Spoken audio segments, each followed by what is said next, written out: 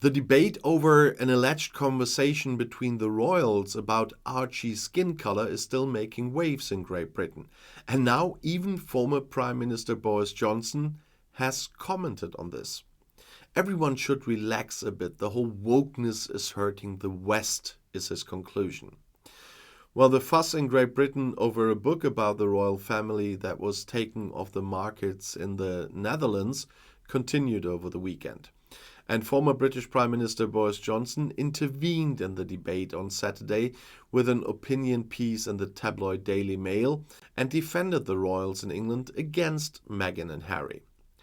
In the Dutch translation of the book Endgame by author Omid Scobie, King Charles and Princess Kate were identified as the royals to whom Prince Harry, according to consistent reports from major British media such as the BBC and The Guardian, and Duchess Meghan were accused of speculating about the skin color of their unborn son Archie at the time. The allegations came up in a sensational interview with US talk show legend Oprah Winfrey in March 2021. Meghan did not want to reveal the names of the accused royals at the time because it would be very harmful for them. And according to Meghan, the conversations were about how dark her child's skin would be and what that would mean. Johnson, however, found the alleged speculation about Archie's skin color, whom he derided as a princeling, to be harmless.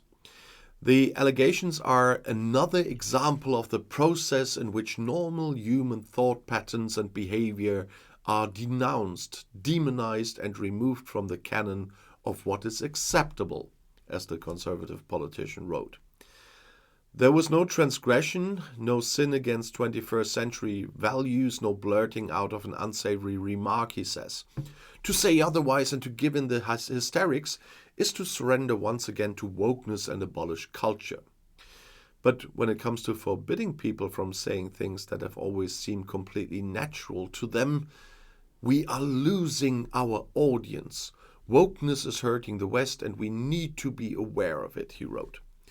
It initially remained unclear why the names could only be read in the Dutch version.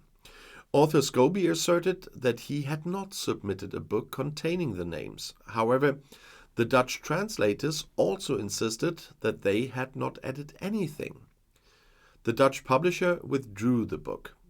Johnson, however, found the alleged speculation about Archie's skin color, whom he derided as princeling, to be harmless.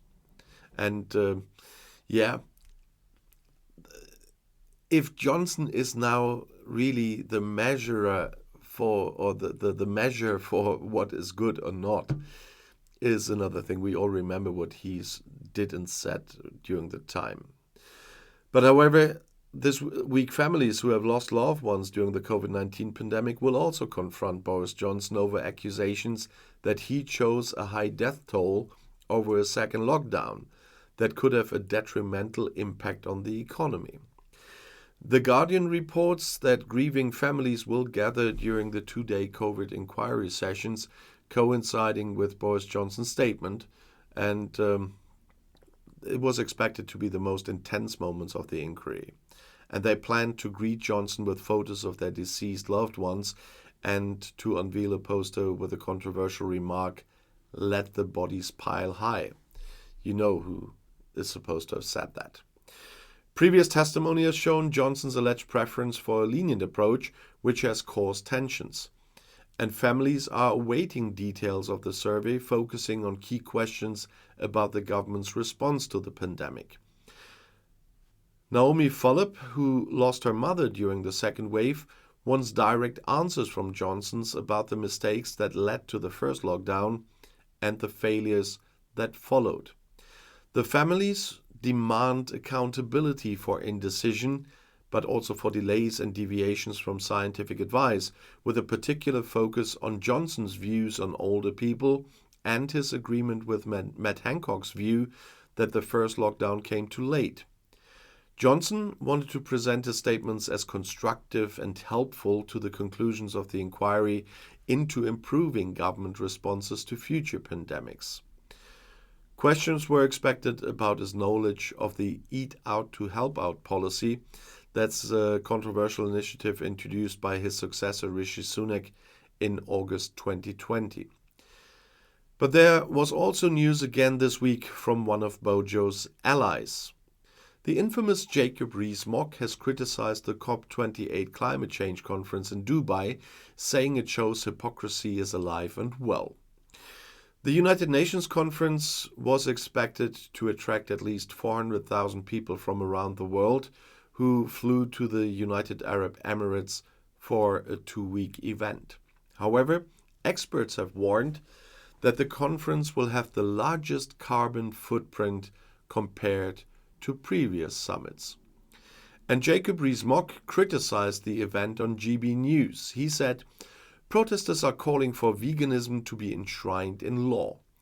As the conference began last Thursday on November 30th, protesters from around the world called for veganism to be made law.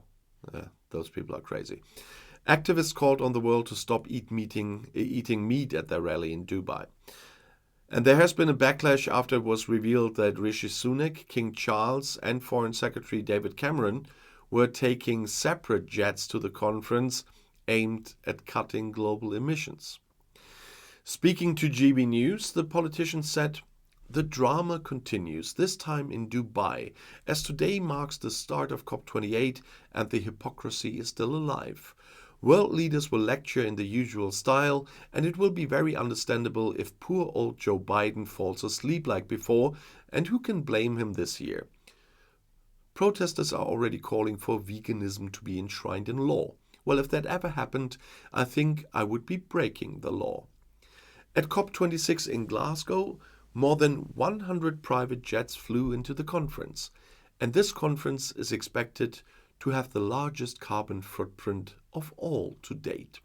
However, your leaders are prepared to commit £60 million of your money to climate causes. COP is merely a symptom of a much wider problem in our society. We have the Paris Climate Agreement, the Climate Change Committee, the Intergovernmental Panel on Climate Change, and of course the COP.